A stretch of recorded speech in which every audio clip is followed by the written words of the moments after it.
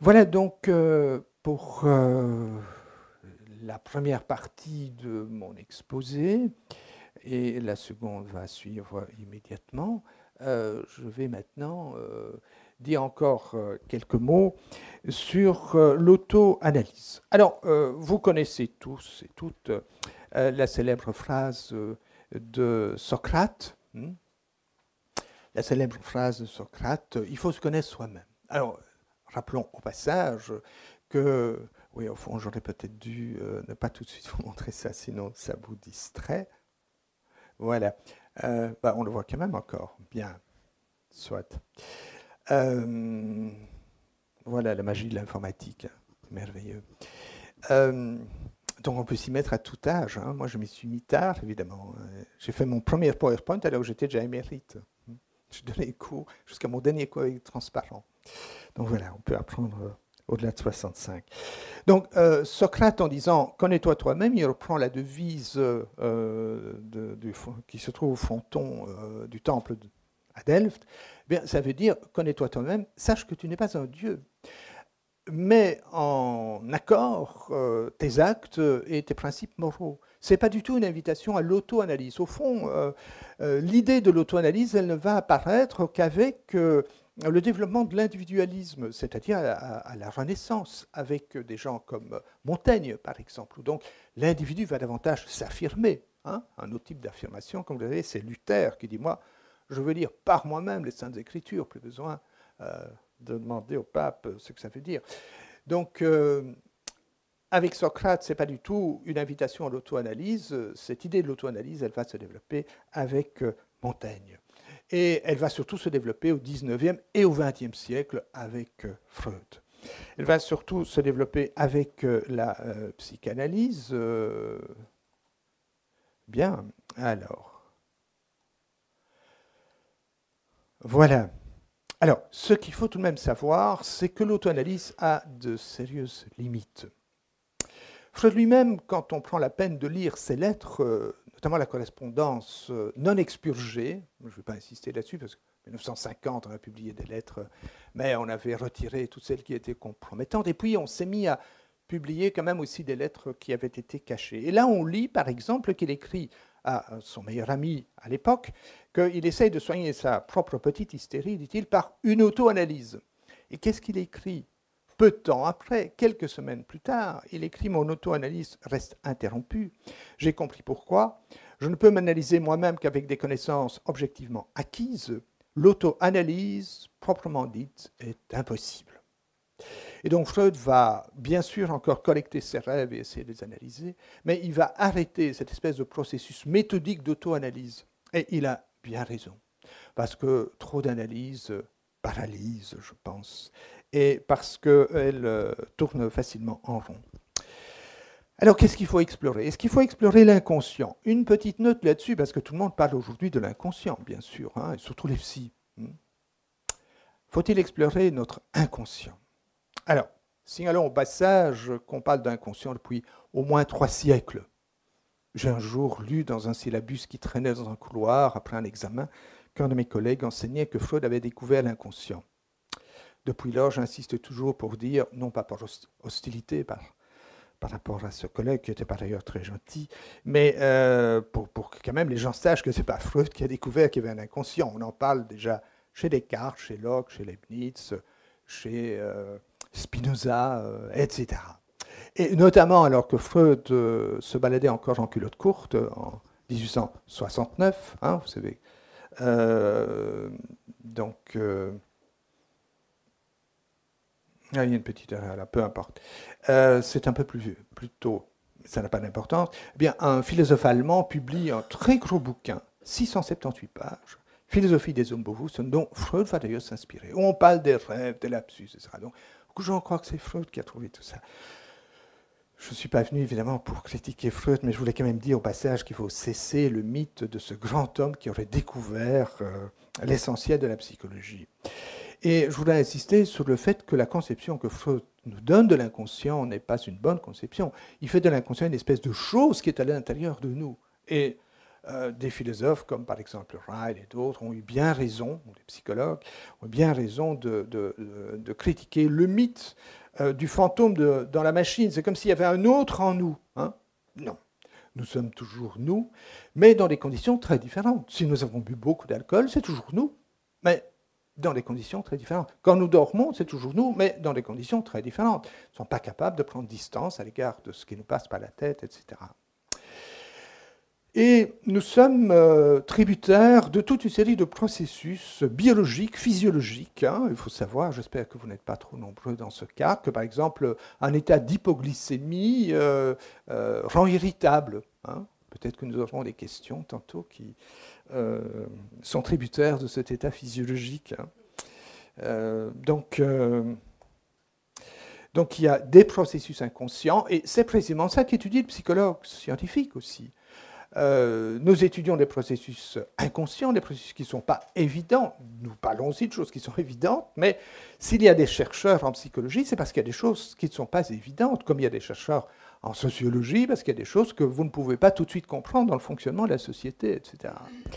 Donc il est bien évident qu'il y a des processus inconscients, mais attention à cette idée qu'il y a en nous une espèce de chose d'inconscient qu'il faudrait explorer, et qu'une fois qu'on l'a exploré, alors évidemment, on a une espèce d'illumination qui vous permet de résoudre tous vos problèmes. Ça, c'est une grossière erreur.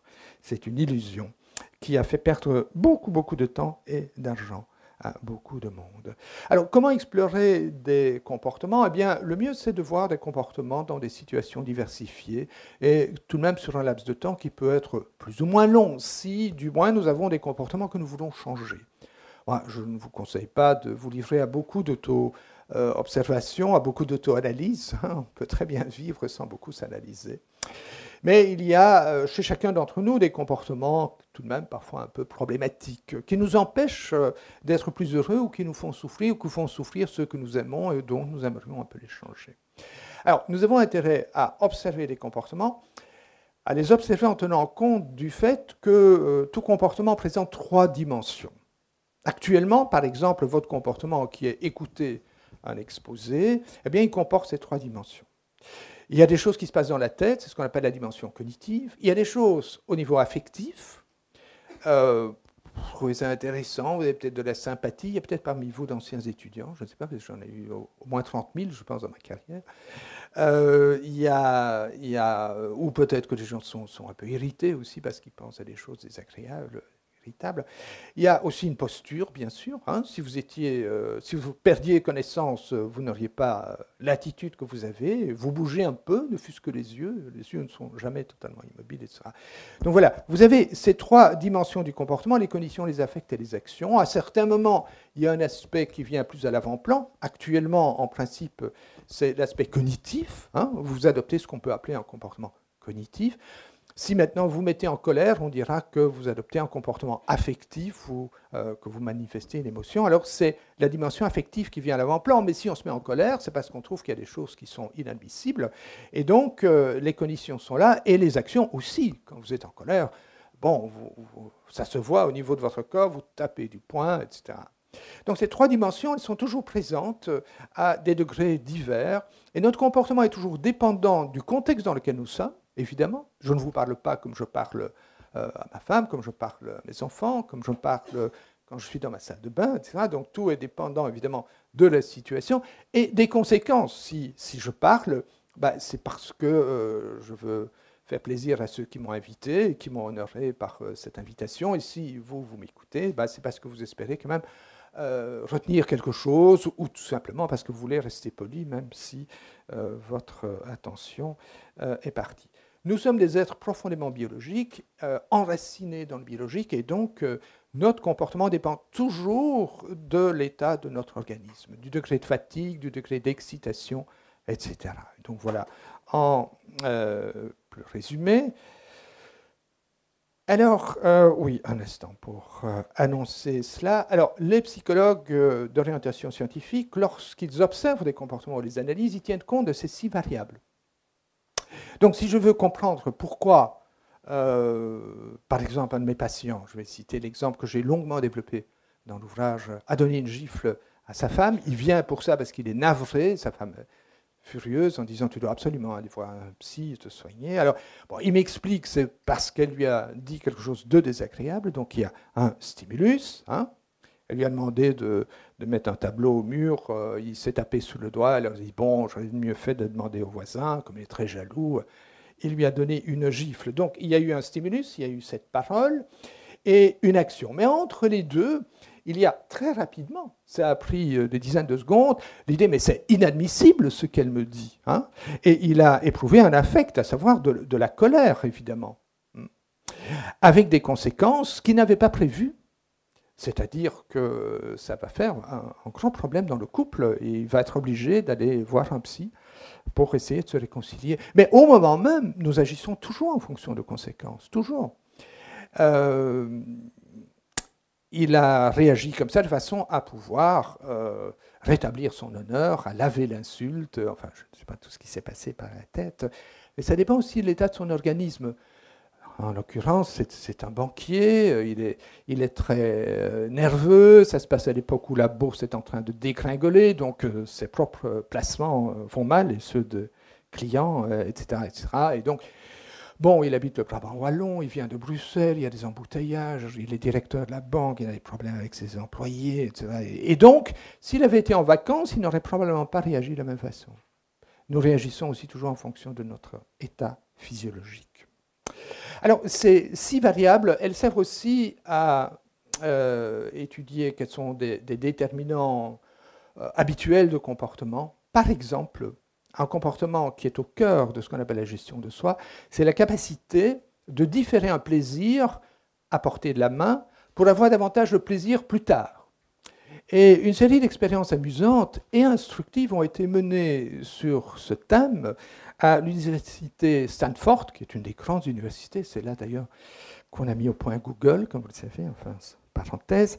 Eh bien, un psychologue américain, Walter Mitchell, a réalisé toute une série d'expériences avec un paradigme très simple, qui est de placer un enfant devant un bonbon, hein, un bout de chocolat ou quelque chose enfin, qui l'attire particulièrement. Hein, ici, une guimauve, ça plaît à la plupart des enfants. Et on explique à l'enfant, alors tu peux avoir ça tout de suite si tu veux, ou bien si tu attends un peu parce que je dois sortir, si tu attends un peu, tu en auras 2. Et on voit si les enfants préfèrent la satisfaction immédiate ou le plaisir différé plus abondant. Et alors, sur ce schéma, eh bien, on peut multiplier les situations, on peut allonger le temps, on peut augmenter le nombre de bonbons, et surtout, on voit là l'impact des 6 variables. En effet, si l'on agit sur le stimulus, par exemple en montrant la guimauve et ensuite en mettant une cloche dessus, eh bien, on voit que l'enfant va attendre plus longtemps. Ce qui est très important, évidemment, c'est ce qui se passe dans la tête de l'enfant, et cela est très dépendant de son âge. On voit que le pivot pour la capacité d'attendre, c'est 7 ou 8 ans. Si vous voulez l'âge de raison, lorsque on dit à l'enfant, tu peux avoir un bonbon maintenant, et si tu attends un quart d'heure, tu en auras 2, eh bien, beaucoup d'enfants qui ont 7 ans et plus sont capables d'attendre. Avant, en général, ils n'attendent pas. On peut aussi leur apprendre comment percevoir le bonbon pour pouvoir mieux attendre. On lui dit, regarde le bonbon, tu vas attendre, mais dis-toi que ce n'est pas un bon bonbon. Regarde, il donne un peu l'impression d'un petit bout de bois. Et tu sais, il est dur. Hein, essaye de voir que c'est quelque chose qui n'est pas bon. À ce moment-là, l'enfant attend nettement plus longtemps que si on montre le bonbon en disant regarde comme il est bon, sent un petit peu son odeur, comme il est délicieux. Donc si on rend les qualités sensibles du bonbon plus vivides, comme on dit, eh bien l'enfant va attendre moins longtemps aussi. Ça va dépendre de ses affects. Si l'enfant préalablement a été rendu gai, eh bien, il va pouvoir attendre mieux que si on lui a demandé de rappeler un souvenir triste. Et ceci correspond d'ailleurs, dans les faits, avec le comportement de gens déprimés. Les gens déprimés ne sont plus capables d'adopter des comportements pour des satisfactions à moyen ou à long terme. Ça va dépendre des modèles aussi. Si un adulte lui montre comment on attend, ça va dépendre aussi du comportement de ses parents et ça va dépendre bien sûr aussi des conséquences. Si par exemple il y a davantage de guimauves, hein, et surtout, ça va surtout dépendre du délai d'attente. Voilà un problème qui se pose à nous, qui est montré dans un graphique. Bon, c'est pas très compliqué. C'est un problème qui se pose à nous quotidiennement, et notamment à l'étudiant. Donc, l'étudiant, en début d'année, se dit étudier, c'est ce qui est en jaune, est de loin préférable à aller guindailler. Il faut guindailler, ben, il faut aussi étudier. Et il est évident que étudier, ça a beaucoup plus de valeur que guindailler. Le problème, c'est que lorsqu'il sait qu'il y a une soirée particulièrement agréable, eh bien, l'attrait pour la soirée va devenir de plus en plus important. Et à un moment, c'est le moment dangereux. Ici, c'est quand ses copains lui disent « Tu viens quand même ce soir ?» Ah, il sait qu'il devrait étudier. Mais à ce moment-là, brusquement, la guindaille prend plus de valeur motivante que, évidemment, étudier. Et nous sommes devant ce choix perpétuellement. Bon, disons par exemple, peut-être que vous vous dites il faudrait qu'on achète une nouvelle voiture, hein, voilà. Mais pour ça, il faut davantage économiser. On voudrait aussi aller en vacances, mais c'est mieux d'acheter la voiture. Et voilà que les vacances approchent. Il fait beau, on pense aux palmiers. Les voisins disent « Ah, nous allons au Baléares. » À un moment donné, on dit « On va quand même aller en vacances, on verra plus tard. » Donc, brusquement, ce plaisir à court terme, partir en vacances, apparaît plus motivant que d'acheter une voiture au prochain salon de l'automobile. Donc, le problème du délai de gratification est une variable essentielle dans la gestion de soi. Alors,